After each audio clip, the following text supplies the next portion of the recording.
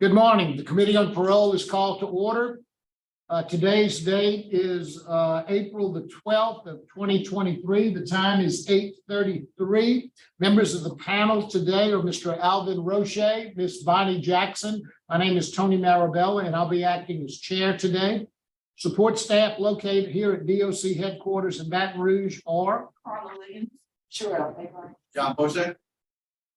Thank you. Our remote location this morning is Louisiana State Penitentiary with the staff at Angola. Please introduce themselves. Deputy Warden Rochelle Ambo. Reginald Lamoureux, classification. Carmen Shipley, Offender Records. Debbie Sturgeon, Transition Specialist. Cindy Park, nurse practitioner. Tanya Faust, Hospice Nurse. Thank you. Our first case this morning is going to be Mr. Robert Maddox. Mr. Maddox, can you hear me okay? Yes, Mr. Maddox, if you would please give me your full name and DOC number. Robert E. Maddox. And my number is 116487. Thank you, Mr. Maddox. Let me explain our process to you. First, I'm going to read some information into the record, and then the board is going to conduct a parole interview with you. At the appropriate time, we'll allow the participants who've indicated they wish to speak to have their input. You have present today speaking on your behalf is, in opposition. There is the victim's daughter wishes to speak today. Today's hearing is for the purposes of a medical treatment furlough. I'm going to read some information into the record. This is the matter of Robert Maddox, date of birth, September the 4th of 1944. Mr. Maddox is classified as a third felony offender. He is serving a life sentence on the charge of second-degree murder. He is not eligible for parole. We have information in the record that I would like to put a few things in the record. Mr. Maddox is charged, the charge stems from an August 30, 1985 killing that Mr. Maddox committed at the time of his wife. We have information in the record indicating the things that he has done while he's been in prison. And I will recite those towards the end of our presentation.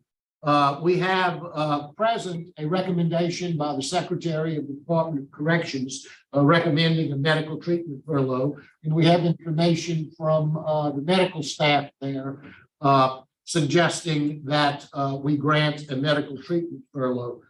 Ms. Park, we have reviewed your video as well as the video of you and Mr. Maddox. If you would please just give us a presentation for the record of Mr. Maddox's medical condition and why we should consider a medical treatment furlough. Yes, sir. Mr. Maddox is 78 years old. He has a history of hypertension, hyperlipidemia, peripheral artery disease, atrial fib. When COVID came, he almost died from COVID. He was hospitalized in our nursing unit for a lengthy period of time. Never really fully recovered, remained weak. I attempted to send him back to the dorm, to the assisted living dorm. He just never was really able to do very much care for himself. So for the last year, we have had him admitted to the skilled nursing unit. He very seldom gets out of bed.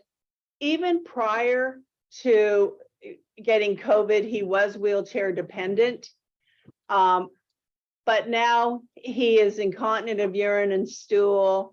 He stays in the bed a majority of the time. He's not able to stand to get into a wheelchair by himself, so the orderlies need to lift him. He just has age-related deficits. As you can see, he's fully oriented. He knows what's going on, but his condition is permanent. He has not improved in the last year at all. He's actually gotten a little worse. And it's your recommendation that he be given a medical treatment furlough, and where will he be housed? So we have talked to River Oaks in Baker, and they're the ones that we would send him to.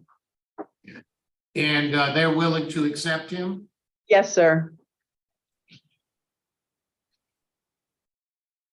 Mr. Maddox, how are you today? I'm fine. Mr. Maddox, how do you feel about going to River Oaks? Well, I'm all for it if that's what they want to do. I see you're in a wheelchair now. We observed you yesterday on the video. You're unable to get out of bed on your own? Well, I can get up, but it's a lot of trouble for me to try to get out of bed by myself. And Ms. Park, in reviewing your notes yesterday and your video, you indicated that he is going to require nursing care for the rest of his life. Is that correct? Yes, sir. He needs to be bathed, dressed, and honestly, he just doesn't get out of bed very often at all. Good. Good morning, Ms. Parks. How are you? Good, thank you, sir. Just review his medical issues. I know he's age deficit, and I know he didn't get out of bed, but what is his medical issue? So, he mostly just has chronic medical problems with his hypertension, his kidney disease. He has a heart issue called atrial fibrillation. He has bad circulation to his legs. I feel like the COVID, when he had COVID, he was acutely ill in the hospital for a lengthy period of time. He just has not been able to, he has not recovered from the deficits that developed when he had COVID. He just became weak and never really improved after that. And I believe that he had COVID the first time, which was pretty incapacitating. And for a long time, we thought he was not going to survive. And then he had his second bout of COVID. And after that, he just didn't, his condition, we didn't even send him back to the assisted living dorm. He ended up staying in the nursing unit. With his medical problems, COVID, in his age, he's got to the point where he needs assistance in doing everything. Yes, sir. Even prior to that, he was living in the assisted living dorm because he did need assistance. Thank you, Ms. Parks. Yes, sir. Ms. Park, your opinion is also, we have a letter, is also the opinion of Dr. Toast and Dr. Johnson as well. Yes, sir. Thank you very much. At this time, we'll hear from Ms. Heather Rice. Ms. Rice. Good morning, Ms. Rice. Can you hear me? Good morning. Yes. Can you hear me? Yes, ma'am, we can. Would you please introduce yourself and tell us what you'd like us to know? Hi, I'm Heather Rice. I'm Barbara's oldest daughter, Bob's stepdaughter. I met Bob when I was 10 years old. He was a truck driver and an alcoholic. Bob told me for years how worthless and no good I was, and he stole my innocence. And I still struggle with my self-worth to this day. 3 weeks before September 5th, 1985, when he murdered my mother, I told my mom he had been crawling in my bed and violating me. And how was I to know at 15 years old that my life, those words would change forever? We left that night, and Bob was angry. He was very angry. He began showing up at her work and yelling and cursing and telling her to come back. September 4th, 1985 was Bob's birthday. He showed up that night where we were living, and he demanded her wedding rings. He threw her up against a wall. And my mom asked him, "Robert, what do I need to do? Get a restraining order against you?" He turned to her and he said, "What I'm going to do to you tomorrow, 10 restraining orders cannot keep me from doing." As he walked down the stairs, he turned to me and he said, "Kiss her goodbye tonight. This is your fault. And remember, if you'd been nicer, I'd let her live another day. If I hadn't told, she wouldn't have left." And I've carried that with me for nearly 38 years. The morning of September 5th, 1985, my mom went to the police station asking for help. They didn't. She arrived at work at 6:45 a.m. and she asked her boss to please not let Bob in. He said he would, but he had to go to the store. Meanwhile, 15 minutes away, Bob was at a pawn shop at 9:55 waiting for it to open. And at 10:40, a trade purchase agreement was drawn up showing where Bob traded her wedding rings for a gun, a .357 Magnum, and a box of hollow point bullets. At 11 a.m., Bob walked into my mom's work and he asked her calmly one last time, "Barbie, are you coming home?" She said no. He took a gun from his pocket and he shot her and killed her shot her 3 times and killing her. And just like that, her life was over. My sisters and I lost our mother.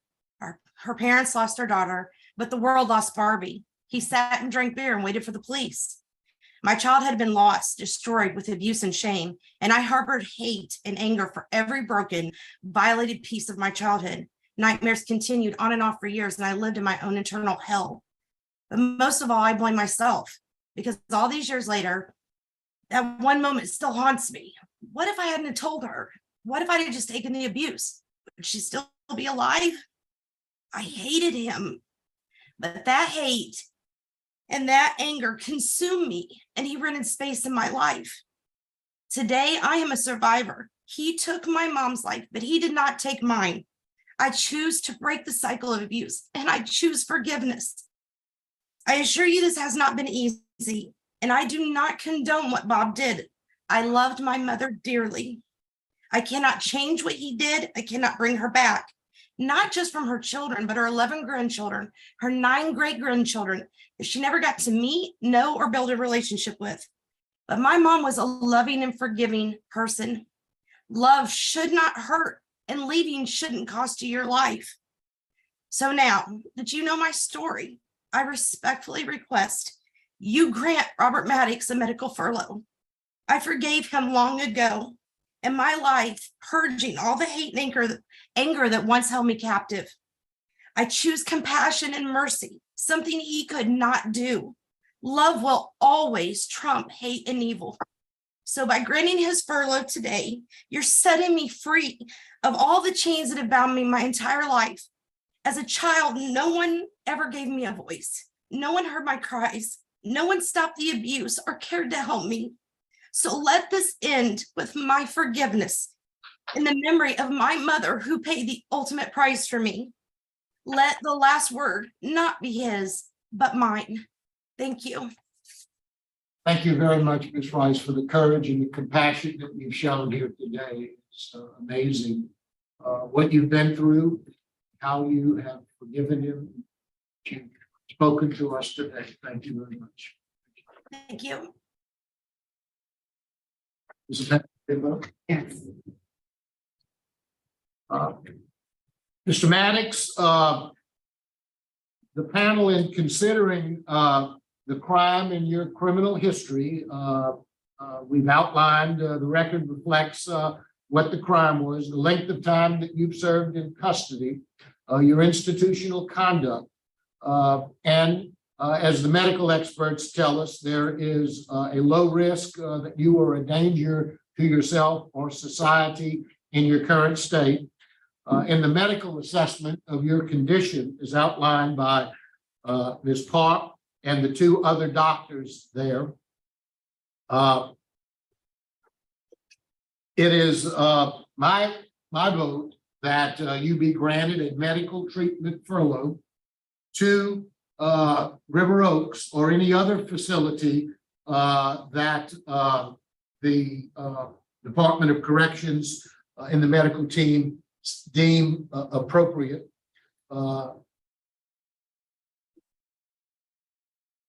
And basically, because of the facts and because of the request of not only Ms. Rice, but her sisters who've also written letters, I'm going to suggest and make part of my recommendation that if he is ever recovered sufficiently to be returned to prison, he shall be returned to prison to finish his sentence. That's my vote. Mr. Rocha?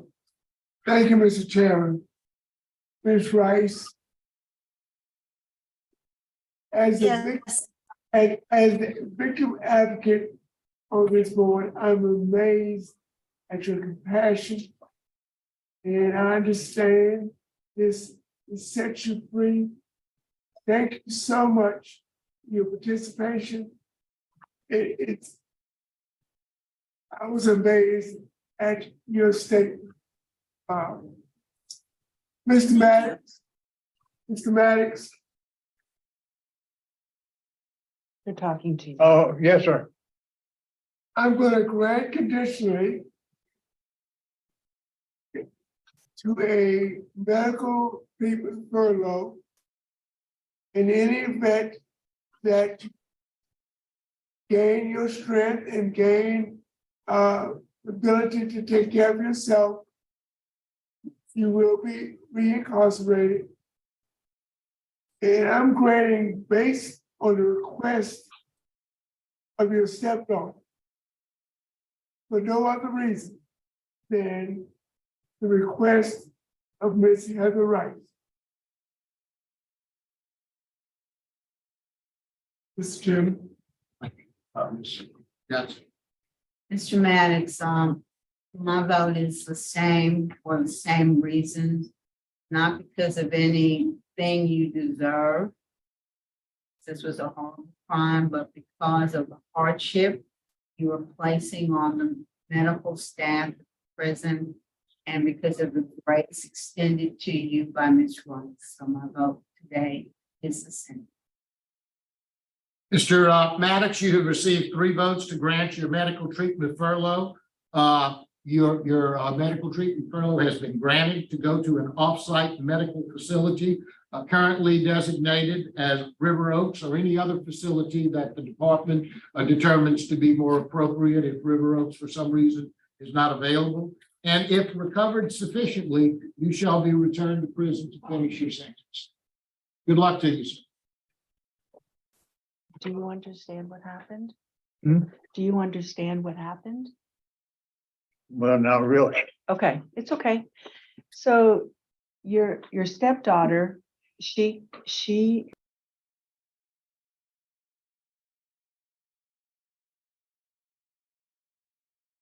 in the next week or so, okay? They granted your parole, All right.